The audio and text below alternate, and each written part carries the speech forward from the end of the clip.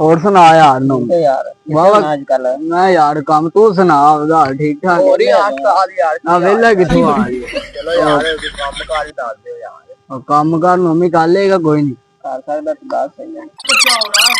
भाई? यहाँ पे क्या हो रहा भाई? चल ठीक है यार काम तो सही है मैं जानना होते काम शुरू करना कामयाब करे अल्लाह काम तो सही यार इन्हें दसता है ते आज ही जाके शुरू कर ले पैसे देगे चल कमेटी निकली यार काम तो शुरू कर लिया कोई गाहक नहीं आ रहा समझ नहीं आ रही काम कुम करने जा वालेकुम सलाम हाँ बाबा जी भाई यार तुम साइकिल थोड़े को कोई साइकिल बाबा बड़ी साइकिल इधर आओ तो साइकिल चेक करवाना है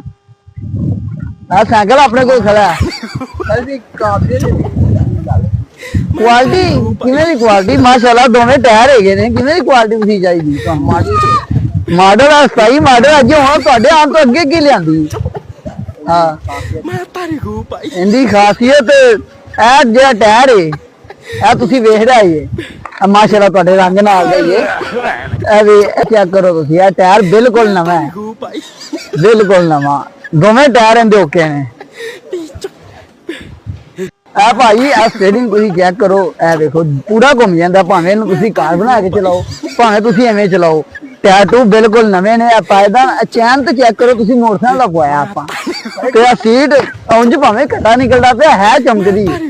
हां ठीक हो गया आ फोन किदा आ गया हेलो जी भाई हां जी साला कर क्या रहा है यहाँ पे? कौन है? अरे मारो दी करो मारो दी करो मारो दी करो